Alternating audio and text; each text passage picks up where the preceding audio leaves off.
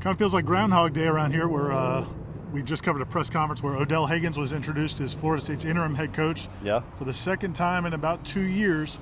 Really, the first time it happened, I don't think anybody would have expected that to happen the way Jimbo Fisher left the program, and then also Odell to step in as interim head coach.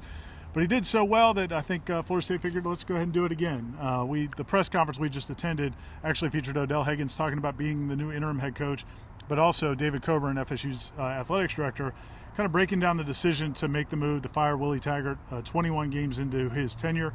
I don't think there were any revelations, but I think David Coburn was pretty direct about the fact that it was about wins and losses.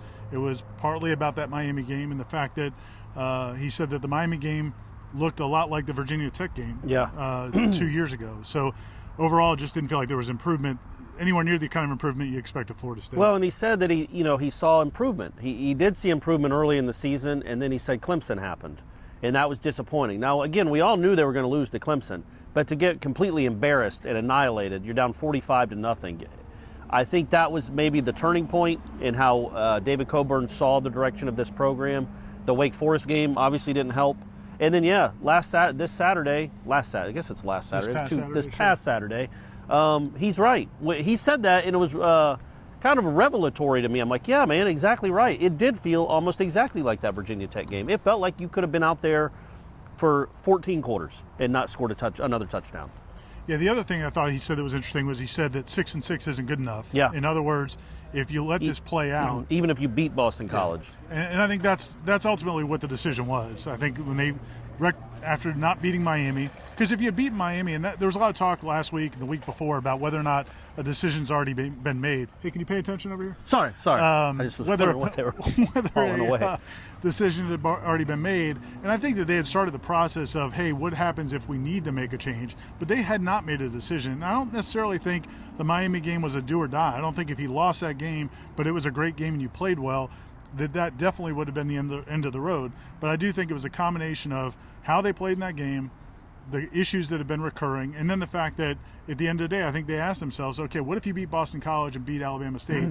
Is this the direction you want the program to be in?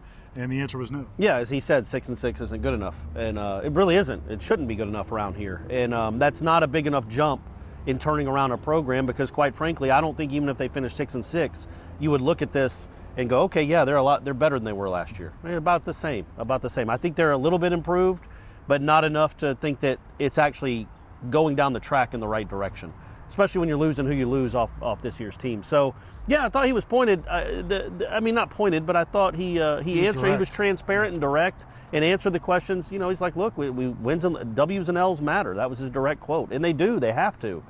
He also said that the boosters will be involved in the hiring of the next head coach. Not involved, but they'll have a say. And he said, well, they're giving us a lot of money for it, so that makes sense too, and that's college football. I thought overall, he said it was emotional talking to Willie Taggart. He said he fired a friend. I do think that David Coburn truly liked Willie Taggart as a person. Obviously, that doesn't matter. You have to win games. You can't, nice guy. It doesn't matter if you're a nice guy if you go 9-12 in 21 games. And I just thought he handled it about as well as you could, considering. I don't know if an AD has ever had to have a press conference like that after firing a coach after 21 games. No, I don't think there has been. It was really unprecedented for them to make this move this quickly. And you could tell he was conflicted, and that was something I think we talked about a little bit before, was this wasn't a situation where you had a coach that you hated and wanted to get rid of and there was nothing redeeming about. If you talked to different people, there were good things to like about Willie Taggart, and there were things you didn't love about Willie Taggart. At the end of the day, the wins and losses are what matter the most. I think he also talked about how the players handled it, and he said that it was tough. It was emotional for a lot of the players, and they're counting on Cam Akers and Marvin Wilson and some of those leaders to step up. But they're also counting on Odell Haggins. And Odell Haggins 2 years ago, in a similar situation, but not exactly the same, he really kind of rallied this team, the program together.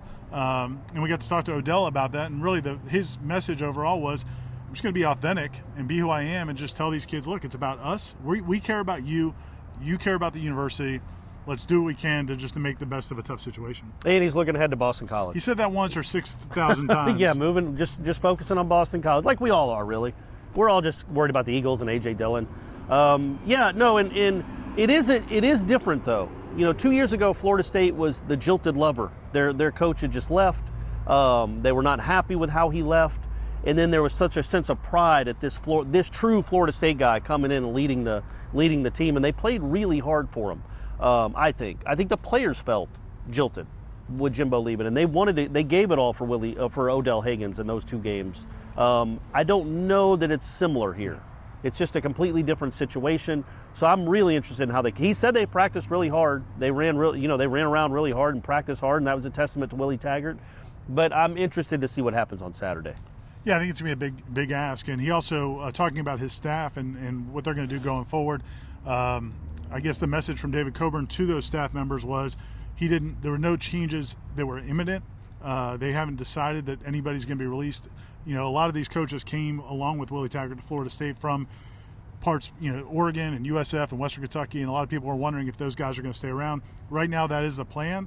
My guess is if they become a distraction or if they become a problem, because I'm sure they're emotionally invested in Willie Taggart and now he's gone, then you could see some other changes happening. The only imminent change is they have one opening on the staff, that position coach, with Willie being gone.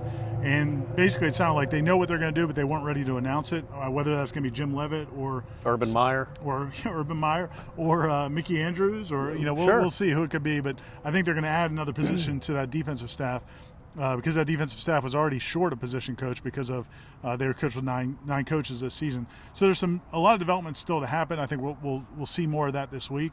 But I think in terms of the big picture in Florida State, looking into the future, they talked about the search. They are hiring a search firm. It sounds like they want to be quick, but they also want to do their due diligence. I think if there's one criticism of be quick but don't hurry. Yeah, there you go. The John Woodenism. I thought you just made that up. No. I didn't. But I think the criticism last time was maybe they acted too quick. You want to be quick because you don't want to be left at the lurch by all these coaches who are negotiating. But if you're too quick and you don't do your due diligence, you can make a bad hire. So it sounds like they're trying to find that sweet spot. I guess he said they'd like to do it before the end of the regular season. He said that he'd like to have it done by the end of the football season, and then actually he amended that and said actually before that if we can. So that's, what's that, 2 weeks, 3 weeks? Yeah.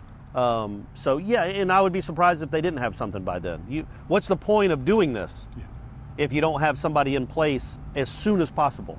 Now, obviously, if you're looking at coaches that are still coaching teams, that's a whole different animal altogether because they got to play out the string. They got to coach at least till the end of the regular season, you'd think. But if it's not a coach that's coaching things, then right now, you would think you'd want to do that as soon as possible. Well, they have to get this right, and like we said, the main reason to make this decision early, with a few weeks left in the regular season, is to get out in front of these other schools and be the lead dog in the hunt to find the next head football coach. So we'll see what they do. Stay tuned to Warchant.com. We'll have continuing coverage, round-the-clock coverage. Round the clock, I'm going to be calling you at sleeping. 4 in the morning. I'm going to have my shirt untucked. I'm going to have my shirt off, untucked. We should do live Corey Cam slaving away on the hot board at 3:30 in the morning. Anyway, for now, we're signing off from Doak Campbell Stadium. Irish Ofel, Corey Clark, Aslan Hajavandi, and we're focused on Boston College, one step at a time.